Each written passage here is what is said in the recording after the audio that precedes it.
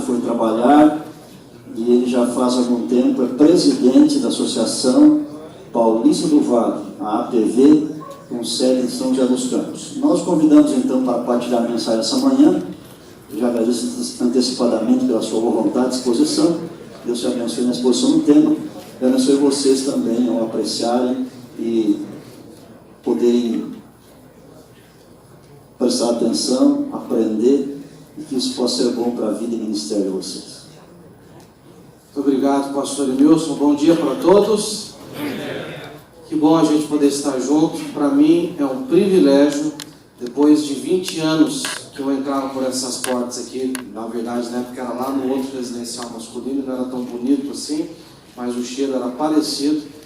Mas essa daí é uma época que nós passamos aqui. Receber esse convite do pastor Emilson, para mim foi um privilégio, uma satisfação, e a gente atende com a maior alegria, pastor. Eu só não sabia que o senhor ia me chamar no mesmo dia que o doutor Ana ia estar falando com eles aqui.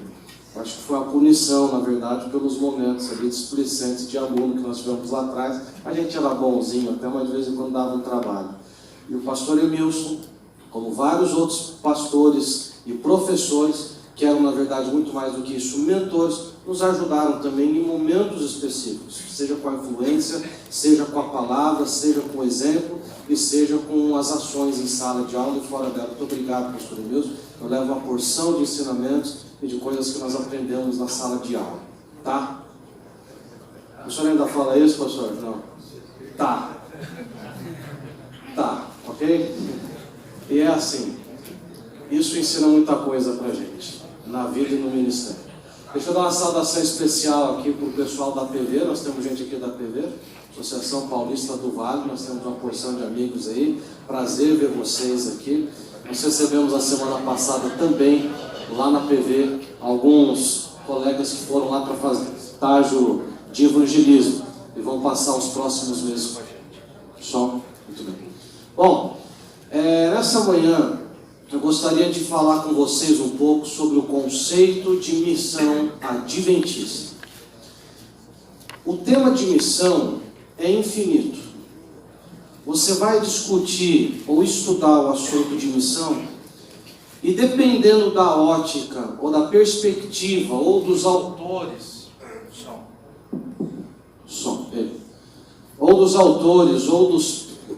ou dos seus precursores, você vai chegar a algumas conclusões. Cada linha de estudo de missão vai ter a sua implicação para a vida da igreja, para a vida do projeto de Deus aqui na Terra, e vai definir muito daquilo que nós temos que fazer. Então, muito se fala sobre missão. Eu queria gastar um tempo hoje, nessa manhã, falando com vocês. Vai dar certo esse microfone aqui? Dá para trocar, então. Então, o que eu vou compartilhar hoje com vocês são algumas percepções pessoais, aprendizados que eu tive na minha vida e no meu ministério. Como o pastor Emilson falou aqui, eu também sou filho de pastor. Meu pai também se chama pastor Oliveiros. Ele já está no final do ministério dele. E quando nós tínhamos cerca de 10, 11 anos, o meu pai foi chamado para ser missionário na Albânia. Nós temos alguns albaneses aqui no colégio, fruto desse trabalho. Não sei se tem algum albanês aqui agora, mas o Dema, que se formou recentemente aqui, a Isa, eu acho que ela está por aqui ainda, outras pessoas. Bom, nós fomos em 93. Bom, então eu falava um pouco sobre a minha família. Meu pai também é pastor, nós somos missionários na Albânia entre 93 e 97. A Albânia havia sido comunista ateu durante mais de 40 anos. E através de um ditador chamado Enver Hoxha, um país que antes disso era islâmico, se fechou completamente para religiões. Então as igrejas foram fechadas, líderes...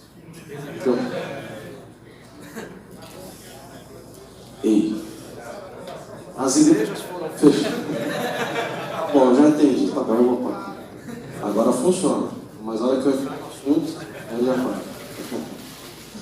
É assim, vai se preparando, porque na igreja, a gente chega às vezes na igreja, ou aonde você for trabalhar, achando que tudo funciona, tá? E você tem que estar preparado com uma porção de coisas. Você vai chegar numa igreja que ela é essencialmente feita de voluntariado, pessoas que não estudaram para fazer aquilo ali, elas estão colocando dinheiro, seu tempo, elas não têm às vezes um preparo, muitas vezes nem intelectual, e a igreja ela vai funcionar dessa maneira, ela é informal, a igreja é um milagre.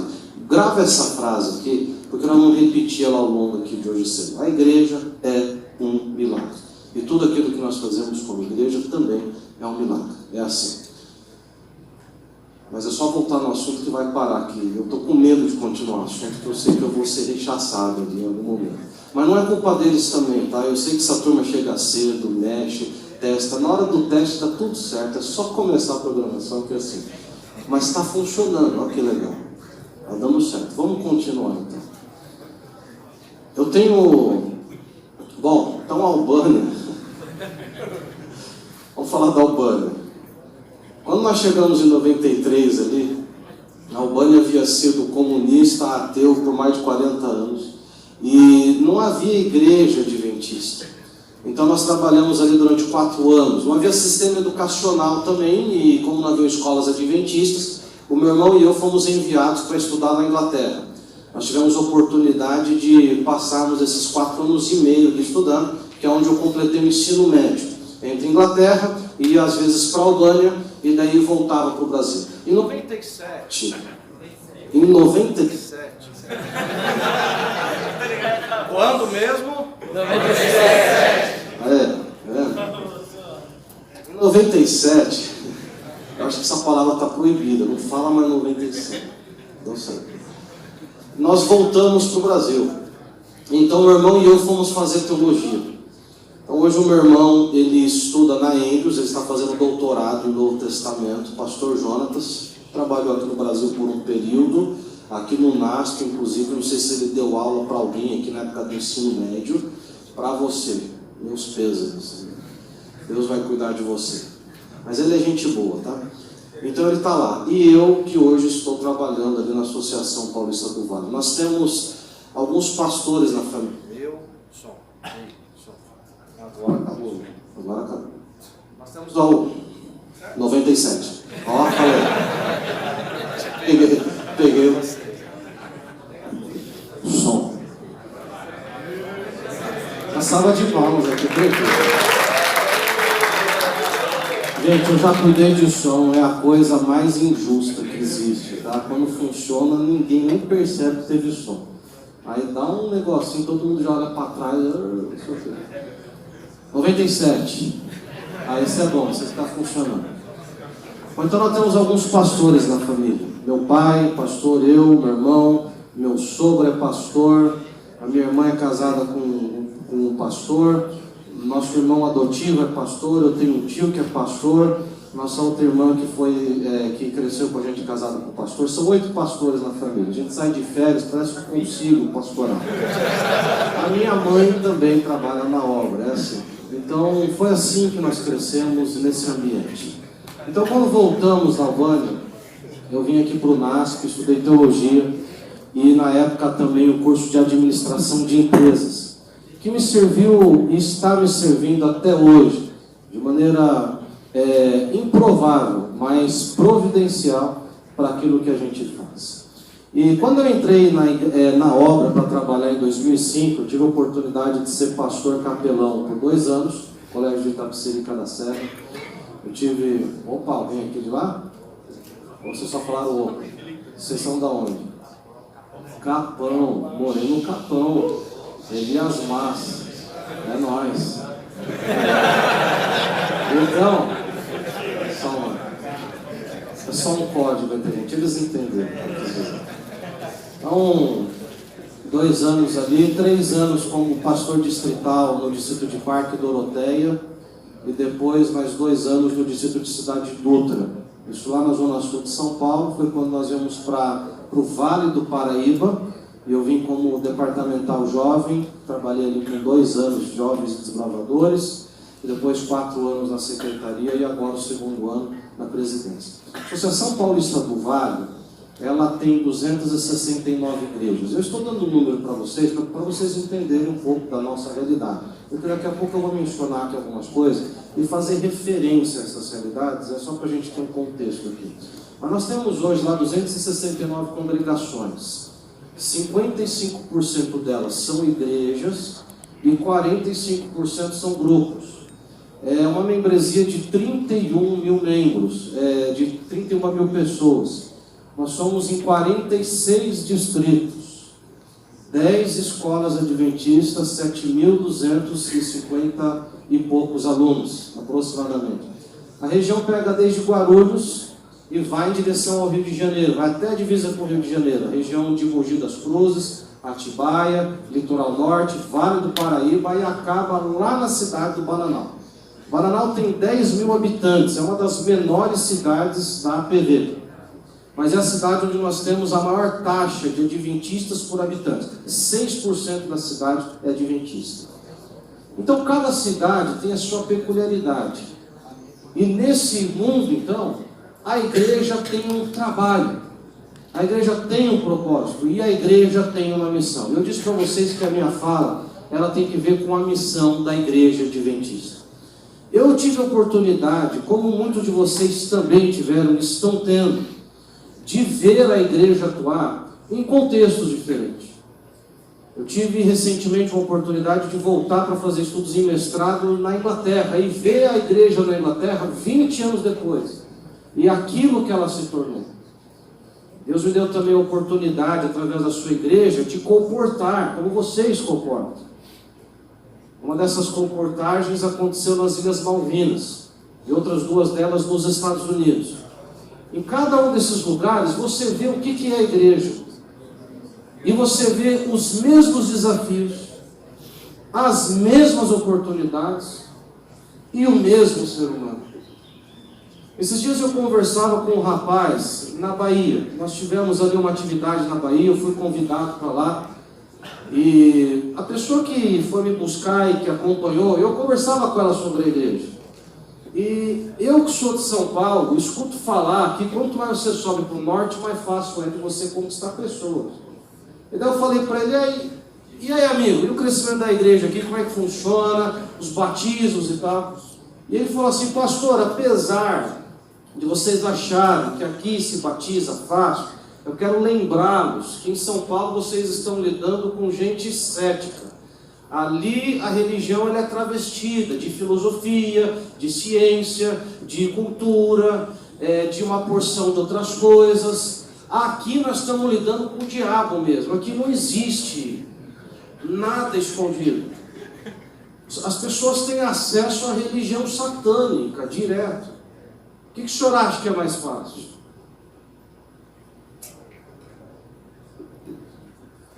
Enquanto eu morava na Europa, 20 anos atrás, eu vi um tipo de igreja. E quando eu tive a oportunidade de voltar alguns anos atrás para completar o mestrado, eu vi uma outra igreja, mais decadente, mais vazia, mais idosa. Uma igreja que não se renovou ao longo dos 20 anos. Eu tive um professor que foi o meu orientador da minha dissertação de mestrado. Eu escrevi sobre modelos administrativos na história da igreja adventista. Por que a igreja tem o modelo que ela tem? E o que a gente consegue criticar desse modelo, o que a gente pode mexer, e o que a gente vai ter que morrer com raiva, mas não vai conseguir mudar e mexer, e por quê? Eu não usei essas frases na dissertação, né? Mas eu quase falei para um camarada da banca. Aí eu lembrei da palavra do pastor Wilson. Tá. Isso quer dizer, fala pouco. Fala só o que perguntaram. Bom, esse orientador, enquanto eu ia para lá e escrevia a minha dissertação, a redação, enfim, ele me fazia algumas perguntas sobre o Brasil. Na época eu era departamental jovem, quando eu comecei o curso. Cuidava dos desbravadores, e então ele tinha aquelas perguntas, o que vocês fazem no Brasil? Lá a gente tem, era a época do livro, né? O livro Grande Conflito foi para a América do Sul inteira, né? Grande Esperança, 2012 isso daí. Aí eu falei do livro, não, ali todo mundo entrega livro e um dia especial e tal, Impacto de Esperança, e ele olhou muito bem, ok e tal, e em seguida ele falou o seguinte, bom, isso aqui não tem como dar certo, e aqui inclusive, porque a pregação dessa maneira ela é ofensiva. As pessoas, elas têm muitas barreiras culturais aqui na Europa. Você não tem como entregar um livro com um assunto amplo desse daqui de maneira universal para todo mundo, porque cada pessoa está num estágio diferente de uma experiência espiritual. Então isso aí é um projeto que ele tem erros. Eu falei para ele, mas pastor, a gente não faz só isso também. Eu estava ligado a desbravadores. Eu comecei a falar um pouco sobre o trabalho dos desbravadores. Lá nós temos clubes sólidos assim, fazendo isso. Tá? Ele falou assim, bom, aqui na Europa também não daria certo, porque a última vez que os europeus viram os soldados entrando aqui foi para matar todo mundo. Então esse negócio aí de... Aliás, hoje o que as pessoas menos querem é esse modelo rígido, é um negócio fechado, formal, institucional, hierárquico, de cima para baixo. E não há como a gente ficar importando essa metodologia militar para dentro da igreja. A igreja não é uma milícia. Eu falei, mas tem mais. Tem a escola adventista. A escola adventista, eu comecei a dar números para ele. A escola adventista, isso aqui, a capelania, os professores, a experiência de ciência, religião, esses diálogos aqui que nós estamos ouvindo essa semana. Ele falou assim, bom, aqui na Europa as escolas públicas são boas. Então o que vai levar o indivíduo a pagar para ter uma educação que ele vai ter que questionar se essa educação é melhor? Eu percebi que não adiantava que eu falasse para ele, ele ia encontrar uma brecha. E claro, na função que ele estava, ele foi colocado para encontrar as brechas do meu texto e do meu trabalho. Mas não adiantava a ideia que eu mostrasse para ele, ele ia falando o que é que estava de errado com essa ideia. Eu pensei assim, eu vou falar sobre a comportagem. Eu falei assim, não, eu não vou falar sobre a comportagem, porque vai falar um monte de coisa da comportagem. Eu falei para ele assim uma hora, o senhor quer saber, pastor? Eu não sei se existe, e eu nem sei se é para existir, uma metodologia que ela seja plena, perfeita. Qualquer coisa que eu te apresentar, o senhor vai encontrar uma brecha. E eu quero assegurar ao senhor que de onde eu estou vendo uma igreja que é cheia de brechas. Meu trabalho trata disso.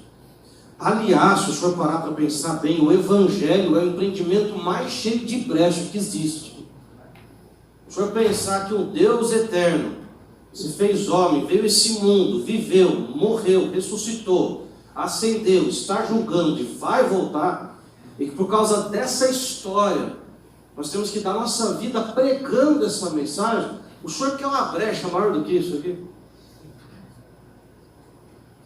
Então as pessoas, elas estão olhando para a igreja como um fenômeno social apenas, como um fenômeno histórico.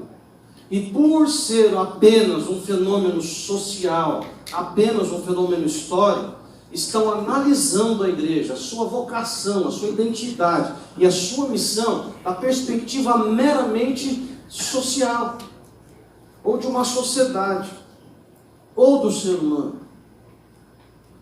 Algumas influências que eu quero compartilhar com você, que eu senti no meu ministério. E como é que elas afetam a igreja?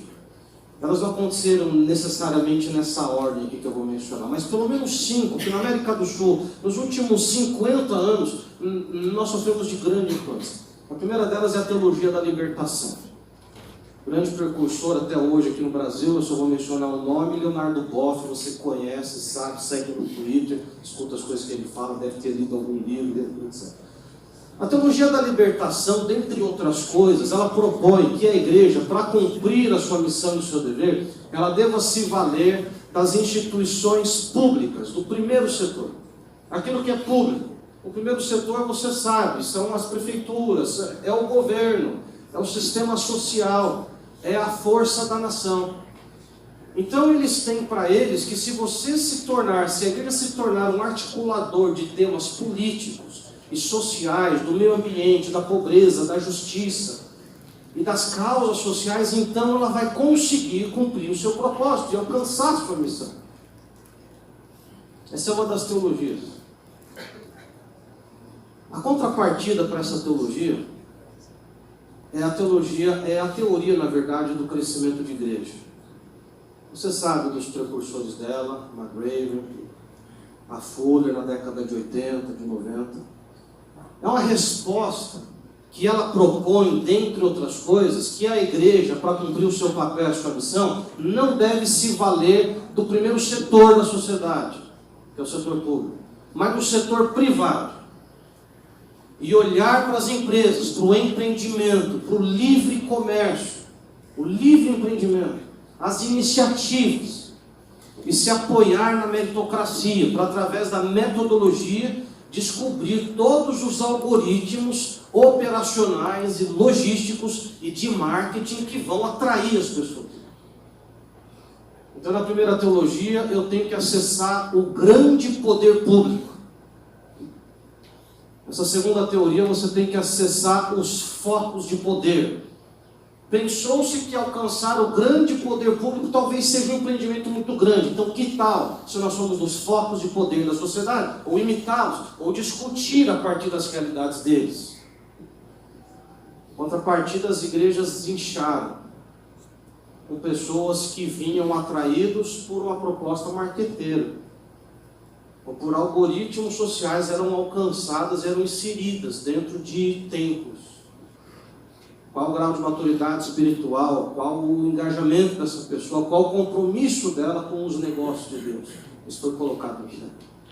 Esse é o momento em que se batizava e saía, entrava e saía. Uma das respostas para esse movimento foi a terceira ideia que eu quero compartilhar com vocês, que é a teologia da missão integral. Os seus precursores, bom, ela vem de Lausanne, pelo menos, um simpósio concílio onde John Stott esteve. Ele não foi o precursor, você vai ouvir mensagens dele a partir disso daí, e ele é uma pessoa que é protestante tradicional. Mas a teoria da missão integral, ou a teologia da missão integral, ela propõe que a igreja não deve se valer dos focos públicos, e nem dos focos de poder do setor comercial, mas entrar na comunidade. A autoridade da missão integral está na comunidade, naquilo que acontece na comunidade, na realidade, no seu dia a dia, nos seus temas, nos seus dilemas. É assim que René Padilha discursa. Hoje você tem pessoas, aqui no Brasil, Ed Renekiewicz, Ariovaldo Ramos. A gente não sabe se cai o Fábio, eu tenho as minhas dúvidas se ele é dessa ou se ele é da do Boff. Cada hora fala uma coisa. Essa turma está enchendo a nossa orelha, tá? As ideias deles estão chegando para você. Você está lendo, está bebendo, está recebendo. Não tem nada, nenhum problema de a gente ler, ir atrás, buscar em fontes diferentes. Você está aqui para isso. Você tem que desenvolver um pensamento crítico dessas coisas. O problema é quando a gente não tem filtro, ou não tem formação, ou maturidade para discutir esses assuntos. Porque você vai chegar depois da igreja adventista com uma visão que talvez não seja adventista. Eu estou falando de coisa que aconteceu comigo. E se deparar com uma realidade que ela é voltada para uma declaração de missão que não tem nada a ver com a missão desses camaradas. Eles não estão indo para onde a igreja adventista está indo. Então a missão integral, ela propõe isso daqui, a comunidade, a autoridade está ali na comunidade. A igreja está muito distante, o foco público está muito distante, os focos de poder segregaram, criaram grupos, segmentaram, excluíram pessoas. Vamos incluir, vamos trabalhar agora então com esses relacionamentos autênticos, essenciais. Aí você vai começar a ouvir um monte de jargão. A resposta para isso, porque ele acabou descambando para o lado social apenas, de atender as necessidades das pessoas. Muito embora cada uma dessas linhas tenha algum embasamento bíblico, elas não representam por si só a totalidade, a grandeza e a força da missão que Deus deu para a igreja. Uma das respostas para a missão integral foi a igreja emergente. A diferença da igreja emergente é que enquanto a libertação está com o poder público, é a política, é o grande tema. E o crescimento de igreja está nas empresas, no comércio, no empreendedorismo e no marketing.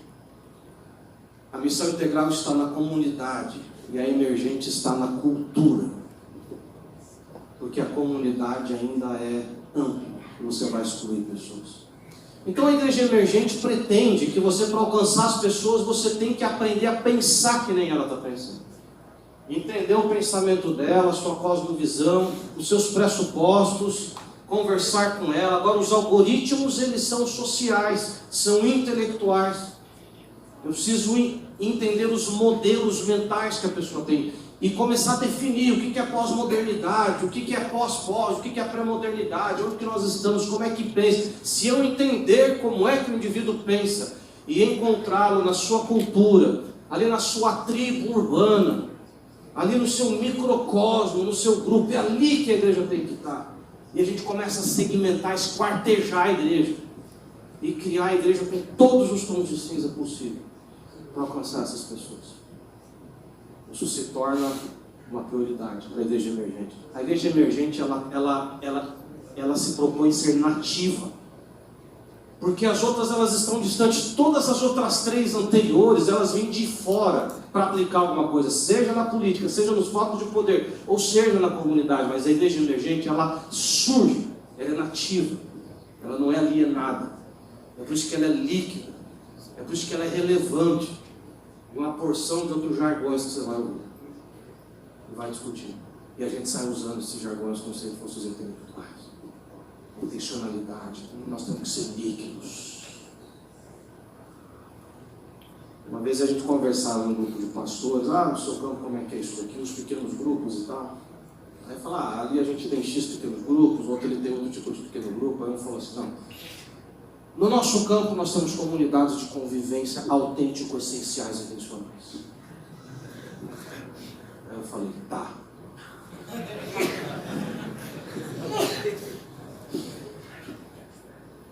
falei, Senhor, onde é que nós estamos chegando? A apropriação dos jargões, ela significa uma coisa muito mais profunda do que essa. E hoje nós estamos vivendo, que na minha opinião é a quinta grande onda. Força, tendência, modismo, que é a teologia humanista. Ela é diferente da libertação, sociedade, política. Ela é diferente do crescimento, focos de poder, marketing. É diferente da integral, que é na comunidade. É diferente da urbana ali, da emergente, que ela surge de dentro para fora, ela emerge. Ela entra dentro do ser humano. Ela propõe que se você conseguir, se você for capaz de desenvolver o ser humano na sua plena capacidade, aí sim o Evangelho vai acontecer. Aí nós vamos conseguir resolver a missão. Então você vai ouvir falar de coach espiritual. Parte da discussão de discipulado está baseada nisso. Vamos criar redes. Vamos criar apoiadores, vamos nos cercar, porque nessa formatação humana é que a igreja vai se dar. Bom, eu quero mencionar algumas coisas que todas essas ideias elas têm em comum, e depois eu vou ler a declaração de missão da Igreja Adventista oficial aqui. Todas essas ou teologias, ou teorias, ou movimentos, eles têm algumas coisas em comum. Em primeiro lugar, eles têm aspectos bíblicos válidos. Mas, por outro lado, eles trabalham com a desconstrução de um sistema a partir de uma concepção de que a igreja deu errado. Eles partem do pressuposto de que a igreja faliu e que ela está frustrada na sua missão de alcançar pessoas. Ela tem um problema também epistemológico muito grave, onde a autoridade da verdade e aquilo que valida a sua ação é a sociedade. Sempre é a sociedade que valida a igreja para esses movimentos. E esse é um erro que a Igreja Adventista jamais vai cometer. Relevância para mim não é o que a sociedade está achando de mim. Relevância para mim não pode ser a aprovação social do mercado, seja da política, seja da comunidade, seja a aprovação da cultura, seja a aprovação do indivíduo. A relevância para a Igreja Adventista está na aprovação divina. Na nossa epistemologia, você sabe o que é isso aqui? É o estudo do conhecimento, de onde vem o conhecimento, qual é a fonte válida e suprema na hierarquia do conhecimento. Você tem a ciência, a fonte de conhecimento, a história, a intuição, mas nós temos revelação. E isso para a gente está acima de todas as coisas. Todos esses movimentos vêm da sociedade para a teologia. Eles buscam um ponto de partida lá, nas pessoas, na sociedade, e trazem para dentro da Bíblia a discussão teológica à luz da realidade humana. A Igreja Adventista faz esse mesmo percurso, só que no sentido inverso. Nós saímos da Bíblia, da teologia, nós partimos daquilo, e então é que vamos para a sociedade. Porque não tem nada mais poderoso, nada mais santo para a Igreja Adventista do que a palavra de Deus. Ela é revelada, ela veio de fora. O poder da igreja não está na igreja. Você não vai alcançar o mundo porque você se tornou bom. Você não vai dar certo, a igreja não vai acontecer porque ela descobriu um método. Agora a igreja vai. Não é porque ela conseguiu dinheiro, não é porque ela formou pessoas. Tudo isso daqui é bom ter que conhecer política, é bom você se organizar e criar metas, estratégias, é bom você estar ligado às pessoas na comunidade, é bom você compreendê-la, é bom você trabalhar para incluí-la no seu trabalho, mas nada disso é a garantia de que o trabalho vai dar certo. A igreja não vai dar certo porque ela se tornou forte, sólida. Todas essas teorias, elas partem do pressuposto também de que, corrigindo-se a igreja, que é um fenômeno histórico-social, nós vamos conseguir ter um impacto maior no mundo. Eles descartam a natureza espiritual e profética da igreja, de que esse é um movimento escatológico, e que não vai dar certo porque o ser humano é bom, porque ele conseguiu agregar ferramentas, mas vai dar certo porque a missão é um milagre. E a missão é uma dádiva de Deus, como sempre foi. A missão nunca aconteceu com um grupo mais preparado, mais forte. Ela nunca aconteceu com a maioria também, sempre esteve na mão dos remanescentes. E sempre um grupo de pessoas que insistia em fazer aquilo que Deus pedia para eles fazerem. Tem mais algumas coisas que unem essas 5 teorias aqui. Elas são, a maioria delas, pentecostais, ou de alguma onda do evangelicalismo. Porque como elas não têm autoridade máxima da Bíblia, a Bíblia não é a única fonte autoritativa, então eles acreditam na experiência, no manifestar do Espírito Santo. O Espírito Santo é imprevisível. Sério? Esses dias um teólogo nosso escreveu isso aqui. A maior característica do Espírito Santo é a imprevisibilidade, baseada no texto. Eu falei, isso aqui é de uma desonestidade intelectual tremenda. Você vai passar 4 anos aqui, ou um semestre pelo menos, estudando pneumatologia. Você tem um negócio que o Espírito Santo não é imprevisível.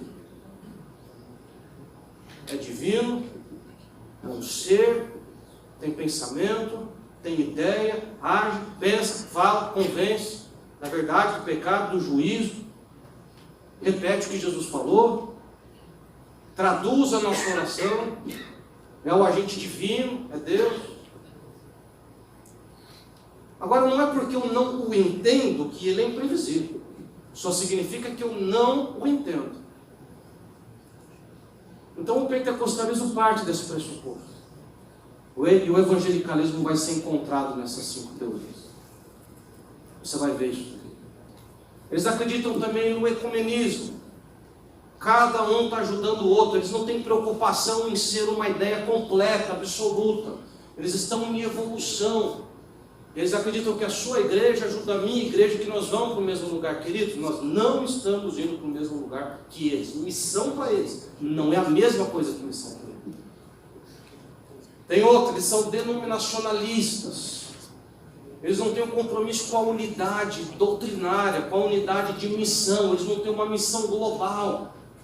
Então não tem como eu querer aplicar aquilo que eles estão fazendo. Eles podem se valer de algumas ferramentas que eu não posso, porque a minha missão não é a deles. Eu não sei se alguém aqui estuda administração de empresa, mas se você estuda, você vai se deparar com algumas teorias de administração e modelos administrativos. E a gente gosta de comparar esses modelos. Não fala, esse aqui é um modelo fechado, é um modelo que ele é conservador, ele é hierárquico, ele é de cima para baixo, ele é focado em processos, ele é rígido, ele é burocrático, ele é assim, é vertical, etc. E tal. Aí você tem aquele modelo que é aberto, que é dialogal, que ele é horizontal, onde as pessoas se acessam, se conversam, flui, permite. Aí sempre vem aquela perguntinha capciosa: qual dos dois é o melhor? O fechado, tradicional, ou é o aberto? Para quem estuda administração sério, você já sabe a resposta. Depende. E entre esses dois há uma variação enorme de outros modelos. Por que existem dois? O que define? Por que um não é melhor que o outro? Depende. Depende do quê? Depende da missão.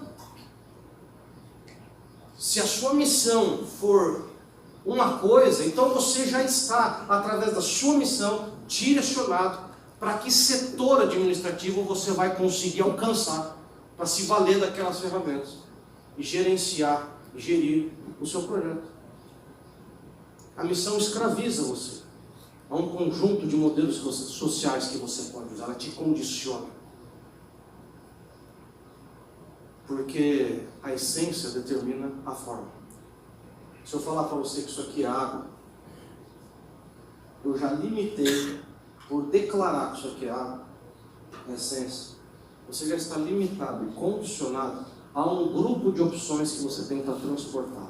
Você não está mais livre para você fazer o que você quiser para transportar.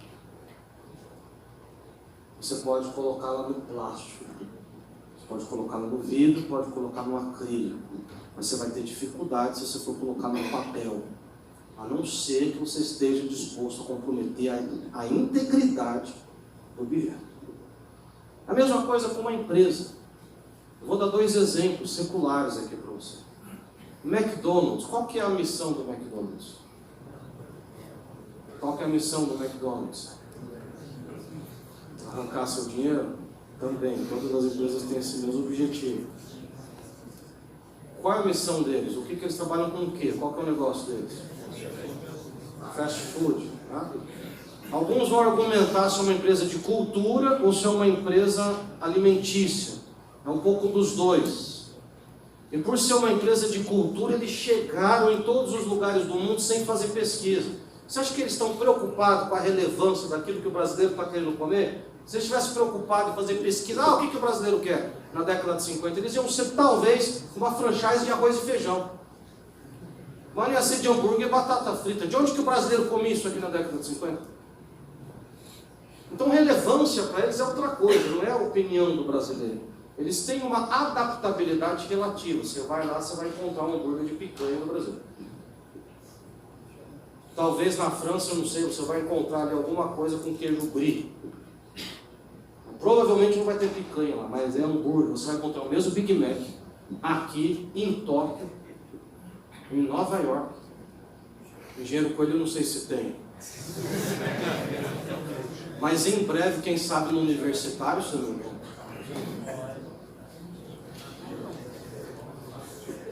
Então é uma empresa que ela tem a missão de colocar o mesmo produto do mesmo jeito em todos os lugares. Eles têm um projeto global. É aquele produto. Qual desses dois modelos aqui administrativos, o mais rígido ou o mais aberto, você acha que eles vão ter que usar? Fala para mim. É o rígido ou o aberto? Experimenta usar o aberto no McDonald's para você ver. Deixa o camarada que está montando um hambúrguer trabalhar com criatividade. O cara vai dizer assim, não, esse molho aqui ele é bacana, mas eu tenho uma receita especial, eu vou colocar nesse Big Mac aqui um maço de coentro. Não, pastor, mas tem que ser dialogal, aberto. Meu amigo, filhão, a missão está definindo qual vai ser o modelo administrativo. Você pisou ali dentro, é manual para tudo quanto é tipo de coisa. Você tem um tempo de cozimento, um horário, toda a rota que ele segue. Se você sair isso aqui do eixo, você é mandado embora. Você vai comprometer a essência do projeto, a sua identidade. O McDonald's só é o McDonald's, porque não interessa em qual lugar do mundo você for. Você vai comer aquele hambúrguer com aquele gosto, naquela temperatura e vai ficar pronto no mesmo tempo. E com a mesma qualidade de serviço. Então não funciona um sistema híbrido, relacional.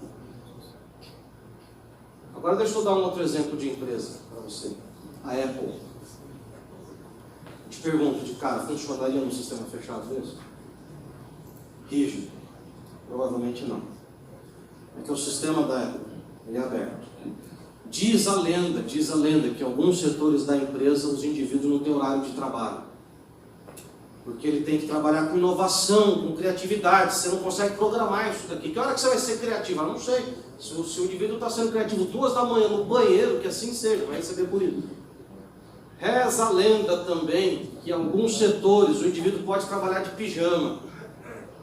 Porque o que vale é a ideia dele, a criatividade. Ele pode levar cachorro e criança. Eu nunca fui atrás dessa informação. Eu não sei quanto disso aqui é verdade. Mas isso tudo remete a um sistema aberto, dialogado. O indivíduo acessa a liderança dele a hora que ele quiser, a hora que ele tem uma ideia, todo mundo para, opa, surgiu uma ideia aqui, vamos sentar para tudo, e o indivíduo para lá, vamos ver a ideia dele. Ela é importante. Você acha que o McDonald's pode fazer isso aí? O indivíduo está ali montando um hambúrguer, opa, eu tive uma ideia, opa, para tudo. Então a missão vai definir o modelo que você vai ter, administrativo. Experimenta colocar um modelo rígido do McDonald's na Apple. Nós vamos fechar no dia seguinte. Experimente colocar um modelo aberto, relacional, no McDonald's. Eles vão fechar no minuto seguinte. Não sobrevive. A definição de missão, ela condiciona você para um grupo de opções administrativas que você pode utilizar. Eu te pergunto, essa é uma perguntinha meio capciosa, eu sei. Olha para o McDonald's e para a Apple, a missão que eles têm, inovação, tendência, e o outro, cultura. Qual dos dois está mais parecido com a Igreja Adventista, em termos de missão?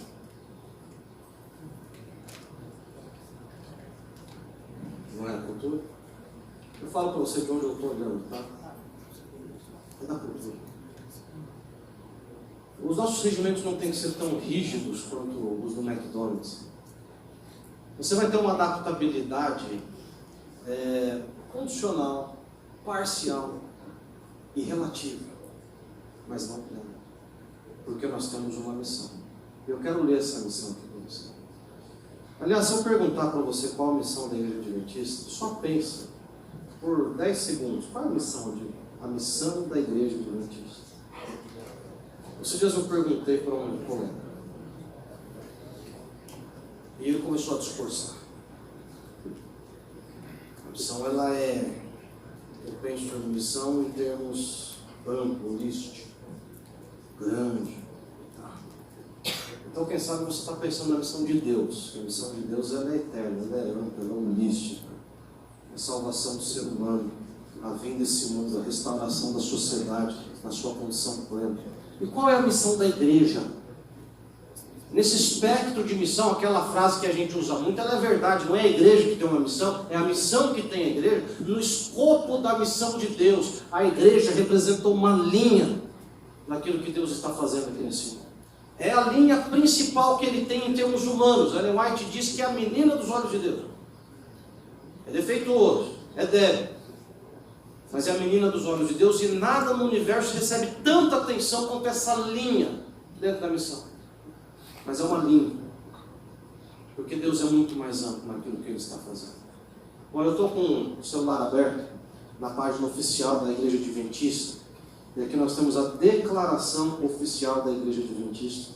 Eu vou ler para vocês, para que você não tenha dúvida, porque ao compreender isso aqui, o meu desejo é que você chegue, se apresente para trabalhar para essa igreja, sabendo onde ela está, e se colocando à disposição para integrar no seu trabalho. A igreja diz aqui o seguinte, estou lendo aqui no site oficial, nossa missão, a missão da Igreja Adventista do Sétimo Dia é proclamar a todas as pessoas o Evangelho eterno, no contexto das 3 mensagens angélicas de Apocalipse 14, 6 a 12, levando-os a aceitar Jesus como seu Salvador pessoal e a unir-se à sua igreja, ajudando-os a prepararem-se para a sua breve volta. Eu vou dar alguns destaques aqui nesse texto. O primeiro deles, a missão da Igreja Adventista é proclamar. O negócio da igreja é proclamação. A missão da Igreja Adventista na compreensão adventista não tem que ver com transformação, não tem que ver com influência. ou não tem que ver com reformas sociais, não tem que ver com o resgate propriamente dito, pleno do ser humano. Ela tem que ver com um anúncio, com a proclamação. E por proclamar, a própria declaração de missão já te coloca 3 estágios. Primeiro, o anúncio. Segundo, o apelo a essa pessoa para que ela dê um passo de posicionamento. E em terceiro lugar, a inserção dessa pessoa na comunidade de fé. Isso é o que está por trás desse texto que nós acabamos de ler. Proclamar é dar um anúncio, apelar as pessoas, inseri-las na comunidade de fé da igreja. Isso é proclamação. Essa palavrinha proclamação vai mudar toda a rota de trabalho de empresa, de uma empresa ou da igreja. Se você mudá-la por transformação, você vai ver a igreja gastar todo o seu dinheiro, todo o seu recurso, atendendo todas as necessidades de todas as pessoas possíveis. Não vai fazer isso bem feito e ainda não vai cumprir a missão dada por Deus para a igreja. Você vai dizer, pastor, mas e os métodos de Cristo? Bom, vamos aos métodos de Cristo. Ellen G. White diz o seguinte: unicamente os métodos de Cristo trarão um verdadeiro êxito no aproximar-se das pessoas. O Salvador, diz ela, fazia 6 coisas. Primeiro, aproximava-se das pessoas, como alguém que lhes desejava o bem. Terceiro, demonstrava simpatia. Quarto, atendia necessidades. Quinto, granjeava-lhes a confiança. E sexto, ordenava então, segue. Mas esse texto começa com a frase, unicamente os métodos de Cristo. Esse é um tratado de Ellen White, mas não é um tratado de missiologia. Como o enunciado já diz, unicamente os métodos de Cristo. Esse é um tratado de metodologia. Método é meio, não é fim. E hoje o mundo evangélico está dizendo que aquilo que nós estamos chamando de meio é fim. E que a igreja cumpriu plenamente a sua missão quando ela entrou na sociedade. E ela influenciou. E ela melhorou a vida das pessoas. Atendeu-as na sua ética, atendeu-as nos seus relacionamentos sociais. E fez a qualidade de vida aumentar. É isso que essas 5 linhas estão dizendo. A nossa diferença é que aquilo que eles estão chamando de meio, de fim, nós chamamos de meio. Unicamente os métodos. O meio de Cristo é isso aqui. Para quê? Para no final ordenar. Segue. Então a gente volta para a missão da igreja.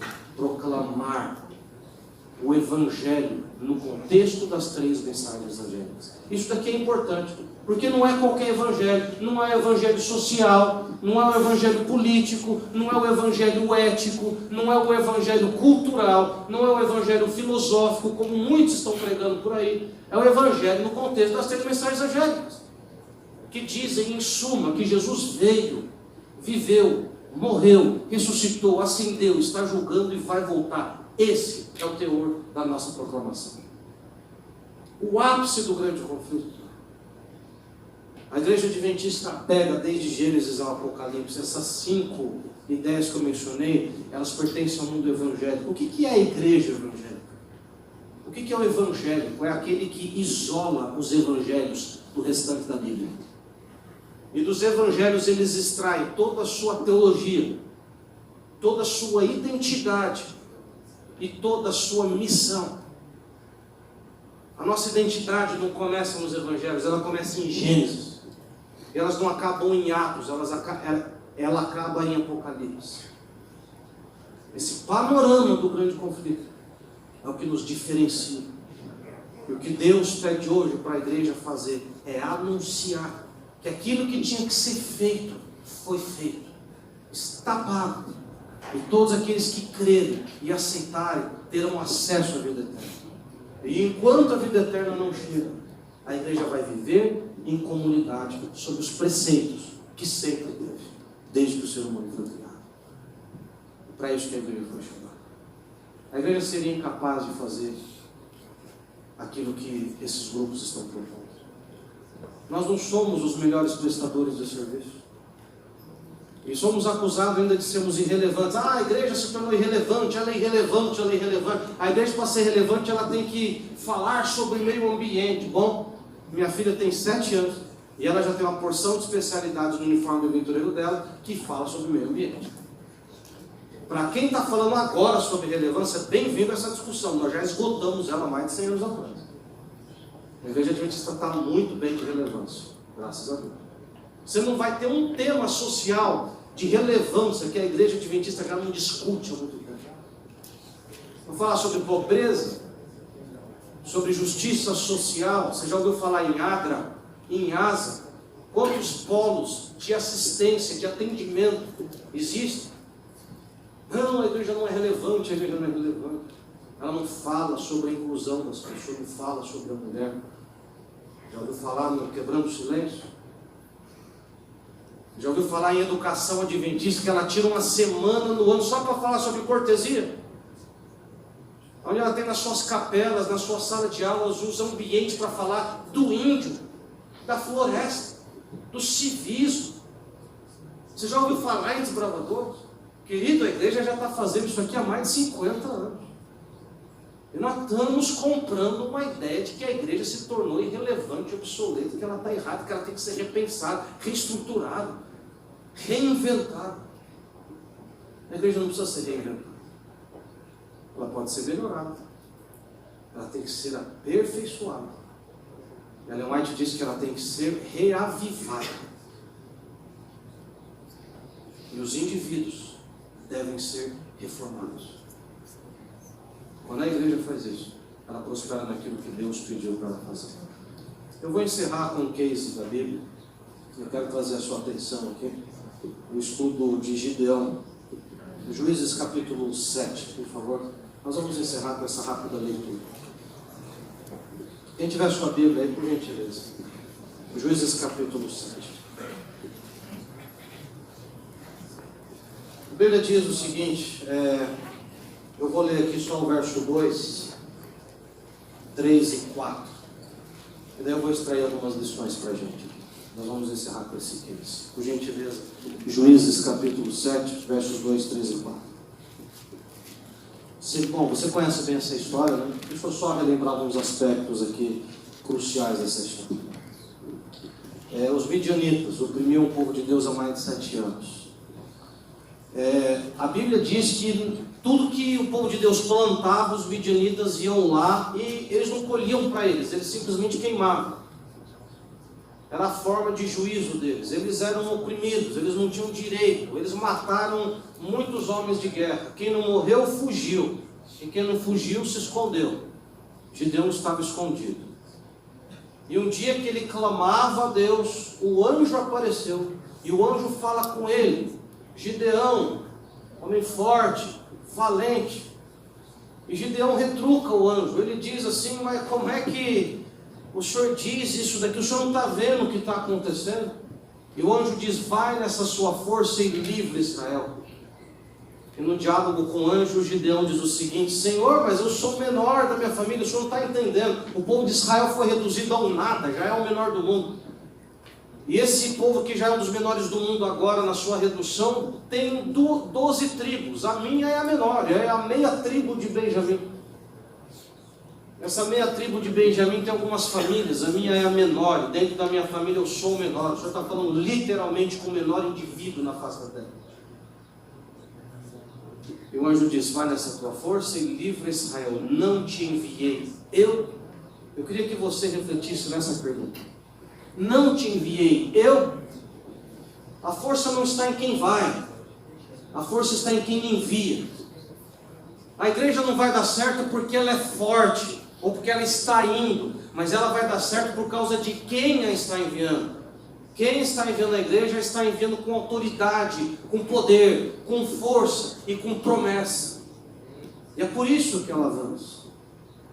Gideão teve dúvidas. Ele fala com o anjo, ele fala: então a água aqui, a lã, inverte e tal. Aí chega uma hora que Deus para de dar provas para Gideão e diz assim: Gideão, agora você vai e recruta o povo. E da noite para o dia ele mandou mensageiro para todas as tribos. Ele conseguiu reunir 32 mil homens. Ele era bom mesmo. O anjo falou que ele era forte. Ele era forte. Pensa na força de convicção de um homem, para depois de 7 anos de opressão, ele conseguir convencer 32 mil homens a saírem de onde eles estão e se reunirem no campo de batalha. A força não está em quem vai, a força está em quem envia. Lembre-se dessa frase que o anjo disse para Gideão.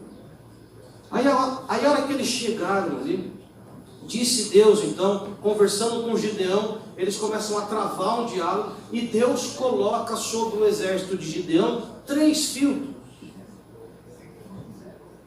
O primeiro deles, ele fala para Gideão, isso daqui está no verso 2, 3 e 4. Eu vou ler aqui com vocês. Verso 2. O Senhor disse a Gideão: é demais o povo que está com você para entregar aos midianitas. Israel poderia se gloriar contra mim, dizendo: a minha própria mão me livrou. Portanto, anuncie ao povo o seguinte: quem estiver assustado e com medo, saia da região montanhosa de Gileade e volte para casa. E então 22 mil homens voltaram e 10 mil ficaram. Eu queria que você pensasse comigo. Esses homens tinham 120 mil pessoas para matar. Eles eram agora em 32 mil. E eu fiz umas contas aqui. Se eles fossem, cada um deles precisaria matar cerca de 120 dividido por 32. Cadê a minha conta? Alguém faz aí? 4. Cada um precisaria matar 4. Você acha que está fácil ou está difícil? Cada um matar 4 nessa primeira conta aqui. Apareceram ali, está fácil, está difícil. Bom, e se você pensar que os 32 mil eram camponeses, você tem de um outro lado 120 mil homens militares, treinados, experientes, armados até os dentes, com todo o arsenal bélico possível da época. Do outro lado você tem os 32 mil, eles têm que matar 4, mas eles não são militares, não são treinados, os bons morreram, eles ficaram para trás, eles são camponeses. E o pior ainda, a Bíblia diz, eles estavam, muitos deles, com medo. E então Gideão disse assim: vai quem tiver medo, vai morrer. O primeiro filtro que Deus colocou sobre o exército de Gideão, Deus colocou 3. O primeiro deles é o conceito de que Deus só vai com quem quer. Deus só vai com quem quer. Deus disse para Gideão: Gideão, fala que quem não quiser, não é para ir. Esse povo está com medo. E você não quer ter alguém com medo no seu exército na hora da guerra. Você sabe qual que é o problema do medroso? É que ele não morre sozinho. Ele dá um jeito de levar alguém junto. Porque você está lá, um de costa para o outro, um atirando para lá, outro para cá. Você acha que ele está defendendo você? A hora que você olha, o indivíduo já se escondeu na trincheira. Ele te deixa sozinho. E pior, se ele não morrer e for capturado, para que ele não morra, adivinha o que ele vai fazer com o exército inimigo? Delação premiada. É isso que ele vai fazer. Então o covarde é um traidor. Ele, quando morre, mata a gente junto. Ele influencia, ele espalha medo, ele espalha pânico, ele fica gritando o tempo todo. Ele não sabe o que está acontecendo, ele tem pavor. Isso é contagioso. E Deus disse para Gideão: Gideão, eu vou te falar um negócio. A última coisa que você quer ter do seu lado é homens dessa qualidade. É melhor você mandar para casa, porque Deus só vai com quem quer. Esse é o primeiro filtro. Deus só vai com quem quer. O trabalho dele só vai acontecer com aqueles que quiserem. O trabalho de Deus não é para as pessoas que têm medo, para as pessoas que têm dúvida, para as pessoas que falham nas suas convicções, para aquelas pessoas que estão hesitantes, para aquelas pessoas que estão olhando o tamanho do gigante. O trabalho de Deus não é para aqueles 10 espias dos 12 que foram ver o inimigo e se encantaram tanto com o inimigo que voltaram mais especialistas em inimigo do que especialistas na profecia de Deus. Eles conheciam a voz da sociedade, mas não conheciam a voz de Deus. Por isso que Deus só vai com quem quer. Esse é o primeiro filtro. 2/3 do exército foram embora. Ficaram 10 mil. Eu fico imaginando o Gideão, olhando aquela cena, pensando: o senhor não sabe o trabalho que deu para convencer esse povo? Eu tive que convencer eles, alguns nem queriam vir. Aí fala: pois é, Gideão, não era para ter vindo. O Gideão fica com 1/3 do seu exército, 10 mil. Antes cada um tinha que matar 4. Agora cada um tinha que matar 12. O trabalho ficou bem mais difícil. E você tem que lembrar que eles eram camponeses. Mas Deus olhou para Gideão e falou assim: Gideão, você ainda está com mais gente. Vamos tomar água, Gideão. E ali então eu vou te mostrar. E a Bíblia diz que eles chegaram. Bom, naquela época, quando os exércitos iam para a guerra, eles tinham que sair comendo tudo que tivesse pelo meio do caminho. Era muita gente, eles não sabiam quando seria a próxima refeição. Para muitos deles seria a última refeição. E onde tivesse comida e água, eles tinham que limpar. Colocavam no bolso que dava. E eles iam, não sabiam quantos dias ficariam fora. Como é que seria? Você tem aqui um grupo que está agora indo para a guerra. Quando o Gideão diz assim, vamos tomar água, o que ele está dizendo é o seguinte: nós estamos indo para a guerra. E esse é o povo que queria ir para a guerra. Quem não queria já tinha ido embora. Esse aqui era o povo que estava com sangue no olho, mas eles estavam com tanto sangue no olho que Deus teve que colocar um outro filtro. A Bíblia diz que quando eles chegaram para tomar água, 2 grupos se formaram. O primeiro grupo foi o dos ogros. Saíram na frente de todo mundo, empurrando, todo mundo chegaram, enfiaram a cabeça na água e começaram a tomar aquela água. Pareciam os animais bebendo água. Ellen White descreve a cena, bizarra. O segundo grupo chegou de maneira cautelosa. Eles se serviam com as mãos. Tinham tempo de olhar para o lado. Eles se serviam, tomavam. Podiam ajudar os outros que tivessem alguma necessidade. Ellen White diz que um pequeno gesto simbolizava muito, porque o primeiro grupo era dominado pelas paixões. Era dominado pela carne. Não tinha o domínio de si. Tinham tanta alta confiança que se eles fossem para a guerra e venceriam e vencessem, aconteceria o que Deus falou que ia acontecer. Eles vão sair, vão voltar falando o seguinte: foi a nossa mão que conquistou. Fomos nós que conseguimos, nós fomos fortes, deu certo. Eles estavam com tanto sangue no olho, com tanta autoconfiança, que isso daqui passou a ser prejudicial. Eles esqueceram que havia um Deus. Até porque nesse capítulo, por várias vezes, Deus fala para Gideão: Gideão, eu vou entregar os midianitas nas suas mãos. Daqui a pouco ele fala para o Gideão de novo: Gideão, quando eu entregar os midianitas nas suas mãos, aí você faz isso, faz aquilo outro, tal. Lembra, Gideão, que eu vou entregar para vocês. Eu vou entregar. A missão é um milagre. A missão é uma dádiva de Deus. Ela não é meritocracia. A missão é uma ação que Deus vai fazer acontecer aqui nesse mundo. Ele incluiu a igreja pela sua graça. E Ele incluiu você por causa da sua misericórdia infinita. Porque Ele não precisa de nós. E para dizer isso, Ele falou assim: Gideão, os ogros, você manda embora. Porque se por um lado Deus só vai com quem quer, por outro lado, o segundo filtro diz que Deus só vai com quem pode. Porque nem todo mundo que quer, pode. E por que o indivíduo não pode? Porque ele é orgulhoso, arrogante, avarento. Ele não tem como ser meu representante. O indivíduo desse daqui, na hora do combate, Gideão, na hora que você for dar uma ordem para ele, você acha que ele vai cumprir? Você acha que ele não vai ficar te questionando e agorando o tempo todo? O primeiro grupo é cético, mas o segundo grupo é cínico. A diferença entre o cético e o cínico é que o cético não acredita que vai dar certo, mas o cínico torce para dar errado. Você vai encontrar um monte de gente cínica no seu caminho, torcendo para a igreja dar errado. Porque no grupo, não, aqui não funciona. O que? Comportar? O que, pastor? O senhor acha que dá certo? Acho, estou carregando no meu peito aqui. Amém. Amém? Comportagem é milagre. Educação adventista, milagre. Caleb é milagre. A igreja é um milagre. Não seja cético, amigo. Não seja cínico. Ceticismo e cinismo vão tirar você do exército de Deus. Se você não acreditar que esse aqui é um empreendimento que, acima de tudo, possui Deus na sua frente.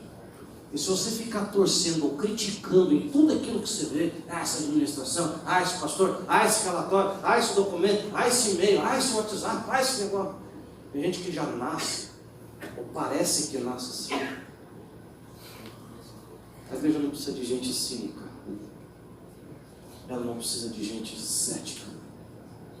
Primeira verdade, Deus só vai com quem quer. Segunda, Deus só vai com quem pode. Alguns queriam, mas não podiam.